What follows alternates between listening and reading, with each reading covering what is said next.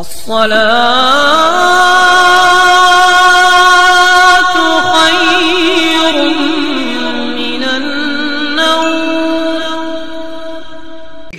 کہ اس بستی میں ایک کتا آیا تھا. کتا، اس کتے کو کھجلی کی بیماری تھی. جب وہ کھجلی والا کتا، خارش والا کتا اس بستی میں آیا تو بستی کے لوگوں نے اس کو اتنے ڈنڈے مارے کہ اس کو لنگڑا کر دیا. پہلے تو وہ بیمار تھا، نہ کھلایا نہ پلایا، اس کو ڈنڈے مار مار کر کے لنگڑا کر دیا. اور جب یہ ادھمرا کتا جب چلنے کے قابل نہ رہا تو اسی نچنیا نے اس کو دیکھا اور دیکھ کر کے کہا کہ لوگ یہ کیوں نہیں سمجھتے کہ یہ کتا ہے مگر ہے مخلوق کس کی. یہ کتا ہے مگر ہے مخلوق کس کی. کتے کو کیوں دیکھتے ہیں؟ جس کی مخلوق ہے اس کو کیوں نہیں دیکھتے؟ تو اس کو کھلایا پلایا، اس کو مرہم پٹی کی، حتیٰ کہ کتا چلنے کے قابل ہو گیا. اللہ فرماتے ہیں ہم نے فیصلہ کر لیا جس نے میری مخلوق پہ ظلم کیا میں آگ سے ان کی بستی کو جلا دوں گا. اور اس نچنیا نے اس کتے پہ رحم کیا، میں نے اس کے سارے گناہوں کو معاف کر دیا اور اسی کا گھر جلنے سے محفوظ کر لیا. اب آپ مجھے بتائیں کہ کتے کو خارش ہو، کتے کو کھجلی ہو اور اس پر لوگ ظلم کریں، اس کو ڈنڈے سے مارے پیٹے، ہاتھ پیر توڑ دے، تو اللہ اس بستی پر آگ برسا دیتا ہے. او دادا لوگوں، او دادا گیری کرنے والوں، اپنی قوت پر ناز کرنے والوں، جب تم کسی کا قتل کرتے ہو، جب تم کسی پہ چھری چکو نکالتے ہو، جب تم کسی پہ ڈنڈے برساتے ہو، کسی بے گناہ کا قتل عام کرتے ہو، کسی کا سر پھوڑ دیتے ہو طاقت کی بنیاد پر نہ، تم کیا سمجھتے ہو جب کتے کو زخمی کرنے پر اللہ جلال میں آ کے بستی کو جلا دیتا ہے تو انسانوں کو زخمی کرنے کی بنیاد پر کیا اللہ کو تم پر جلال نہیں آئے گا؟ پھر ایسے لوگ جو لوگوں کا مرڈر کرتے ہو، لوگوں کے پیسے چھینتے ہو، لوگوں سے بھتے وصول کرتے ہو، لوگوں پر ظلم کرتے ہو، پھر وہ کتے سے بدترین موت مرتے ہیں. ان کی میت پر کوئی رونے والا بھی نہیں ہوتا، ان کی میت پر کوئی آنسو بہانے والا بھی نہیں ہوتا. ظلم مت کرو. میرے جملے آپ کو کڑوے ضرور لگیں گے مگر یاد رکھنا، اچھی طرح یاد رکھنا، ظلم اللہ کو پسند نہیں ہے. اللہ ظلم کو ایک لمحے کے لیے گوارا نہیں فرماتا.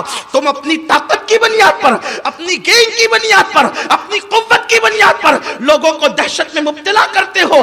یاد رکھنا ظلم کی رات نہ کسی کی رہی ہے نہ رہے گی. جب فرعون نے ظلم کیا اس کے ظلم کے خاتمے کے لیے قدرت نے حضرت موسیٰ کو پیدا کیا. جب نمرود نے ظلم کیا اس کے ظلم کے خاتمے کے لیے قدرت نے ابراہیم کو پیدا کیا. جب ابو لہب اور ابو جہل کا ظلم بڑھا اس کے خاتمے کے لیے اللہ نے مصطفیٰ جان رحمت کو پیدا کیا. بڑی بڑی سپر پاور تھی دنیا میں ایران اور روم کی، جب ان کا ظلم بڑھا تو قدرت نے محمد الرسول اللہ کو بھیجا. پتا چلا ظالم کا پنجہ مروڑنے کے لیے قدرت کسی نہ کسی کو ضرور بھیجتی ہے. ظلم کی رات بہت لمبی نہیں رہتی. اس لیے میں اپنے وہ جوانوں سے کہتا ہوں قدرت نے طاقت دی ہے، کسی کا سر مت پھوڑو، پھٹے ہوئے سر پہ پٹی باندھ دو، یہ بھی تو طاقت کا کام ہے. ظلم کو روک دو، یہ بھی تو طاقت کا کام ہے. آج محلوں میں چھوٹے چھوٹے بچے چھری چاقو لے کر نکلے. انجام اچھا نہیں ہے، انجام اچھا نہیں ہے. ظلم کا انجام اچھا نہیں ہے. ظلم کا انجام آنسو ہے، ظلم کا انجام تباہی ہے، ظلم کا انجام فنا ہے، ظلم کا انجام رسوائی ہے، ظلم کا انجام ذلت ہے، ظلم کا انجام جو ہے اللہ اکبر انسان گھر کا بے گھر ہو جاتا ہے. دو باتیں عرض کرتا ہوں ظلم پر بات ختم کرتا ہوں.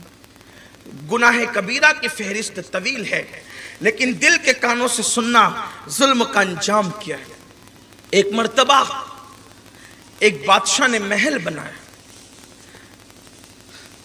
بنایا جب تو محل بنانے کے بعد قریب میں ایک بڑی عورت کی چھوٹی سی کٹیا تھی، جھوپڑی تھی چھوٹی سی.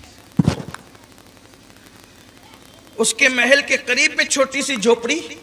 کہتے ہیں جب قدرت کسی کو مال اور عزت دیتی تو اس کے چمچے بڑے ہو جاتے ہیں پیدا، اور چائے سے زیادہ کیتلیاں گرم ہوتی ہیں نا.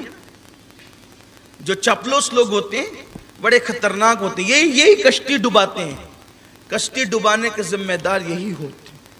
ہاں اللہ عزت دے طاقت دے تو جھک کے رہو، گردن جھکا کے رہو، عاجزی سے رہو، اللہ کو عاجزی پسند ہے۔ میرے نبی جب فاتح مکہ بن کر 10,000 کا لشکر لے کر مکے میں داخل ہوئے تو حضور نے گردن اتنی جھکا لی تھی عاجزی سے کہ سرکار کی پیشانی اونٹ کے کجاوے کو لگ رہی تھی۔ اور اس دن کسی نے کہا تھا الیوم یوم الملحمہ، آج خون بہانے کا دن ہے، تو حضور نے ان کے ہاتھ سے جھنڈا لے کے ان کے بیٹے کے ہاتھ میں دے دیا جھنڈا، فرمایا کہ الیوم یوم المرحمہ، آج خون بہانے کا دن نہیں، آج رحم کرنے کا دن ہے۔ جب قدرت تمہیں طاقت دے تو خون مت بہاؤ بلکہ رحم کرو۔ اور وہ لوگ جو گالیاں دیتے تھے، وہ لوگ جنہوں نے قتل کے منصوبے بنائے تھے، وہ لوگ جنہوں نے دندان شہید کیے تھے، وہ سب قطار میں کھڑے تھے۔ میرے نبی کے اشارے ابرو کی دیر تھی کہ سب کی گردنیں اڑائی جاتی، لیکن میرے قریب نبی نے فرمایا لا تثریب علیکم الیوم،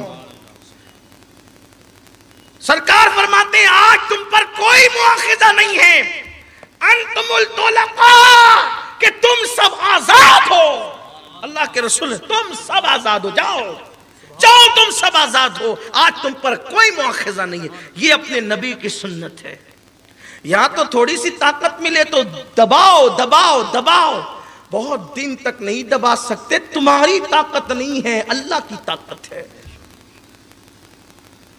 اپنی طاقت کا بیجا استعمال مت کرنا، قدرت تمہیں طاقت دے کر تمہیں بھول نہیں گئی۔ اور یہ بھی سن لو، ہاں یہ بھی اچھی طرح سن لو، اللہ کے رسول نے فرمایا مظلوم کی آہ سے بچو، کہ مظلوم کی جب آہ نکلتی ہے تو سیدھا باب اجابت الہی کو ٹکرا جاتی ہے، اور جب مظلوم کی آہ نکلتی ہے تو اللہ کا عرش ہل جاتا ہے۔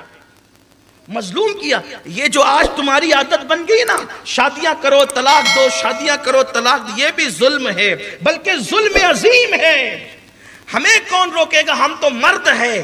وہ جو سسک رہی ہے نا بستر پہ، اس کی آہیں تمہاری زندگی کی ہر خوشی چھین لے گی۔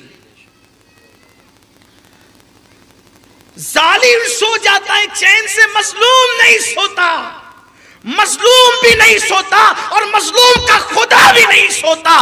مظلوم آہیں کرتا ہے، اس کا خدا سن کر پھر جو ہے وہ عقاب کی شکل میں اللہ تبارک و تعالیٰ کا عذاب نازل ہوتا ہے۔ اس لیے ظلم مت کرو۔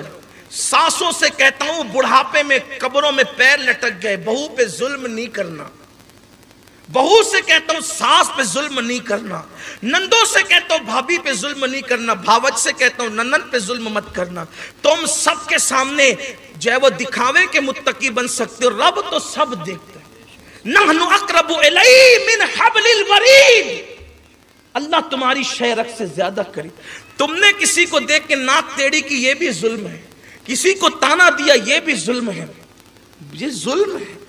ظلم بڑا خطرناک ہے۔ ایک پہاڑ دوسرے پہاڑ پہ ظلم کرے تو پہاڑ خود بخود ریزہ ہو جاتا ہے۔ اس کا مطلب سمجھ لو کہ جو ظلم کرتا ہے مٹنے کے لیے کرتا ہے، جو ظلم کرتا ہے مٹنے کے لیے کرتا ہے۔ مٹے گئے ظالم، مٹ کر رہے ہیں، دیکھا نہیں؟ یزید مٹ گیا، حسین موجود ہے، فرعون مٹ گیا، موسیٰ موجود ہے، نمرود مٹ گیا، ابراہیم موجود ہے۔ کیوں؟ ظالم ہمیشہ مٹا ہے، حق ہمیشہ بلند رہا ہے۔ جو بھی ظلم کرے مٹے گا، تباہ ہوگا، برباد ہوگا۔ تو بڑھیا کی کٹیا قریب تھی، محل کے قریب۔ کچھ چمچوں نے کہا بادشاہ سلامت، آپ کے محل کے قریب یہ کٹیا ایسی لگتی ہے جیسے مکمل میں ٹاٹ کا پیون۔ بادشاہ کچھ نیک تھا، اس نے کہا کہ ایک کام کرو، بڑھیا سے کہو کہ وہ زمین بیچ دے، کہیں اور کٹیا بنائے۔ بڑھیا نے کہا پوری زندگی یہی گزاری ہے، آخری لمحات بھی یہی گزار دیں گے، اس لیے بیچ نہیں سکتے۔ ایک بات یہ بھی یاد رکھنا، اگر کوئی زمین بیچنا نہ چاہیں تو آپ مسجد کے لیے بھی اس پہ زبردستی نہیں کر سکتے۔ اللہ کا دین کسی کا محتاج نہیں، مسجد جہاں بنے گی آباد رہے گی۔ یتیم بچے کہہ رہے تھے نا حضور ہماری زمین لے لے مسجد کے لیے، حضور نے کہا پیسے لو گے تو لوں گا ورنہ نہیں لوں گا۔ حضور نے ان کو پیسے دے یتیموں کو، پھر زمین لی۔ کہیں ایسا نہ ہو کہ اگر آج ان یتیموں کی لے لی جائے تو پھر یتیموں سے لوگ چھینتے ہی رہیں گے مسجد کے نام۔ آج یہ وہ مذہب نہیں ہے کہ کہیں بھی اٹھے چھٹے عبادت خانے بنا لو، یہ وہ نہیں۔ اس مذہب کا بڑا تقدس ہے، اس لیے کہ ہوٹلوں کی میز پر یہ مذہب گڑا نہیں گیا ہے، یہ اللہ کی طرف سے نازل ہوا ہے۔ اس کو نازل کیا ہے قدرت نے اپنے محبوب، نازل کرنے والا رب الارباب ہے، جس پہ نازل ہوا وہ نبیوں کا امام ہے، جس نے لایا وہ فرشتوں کا امام ہے۔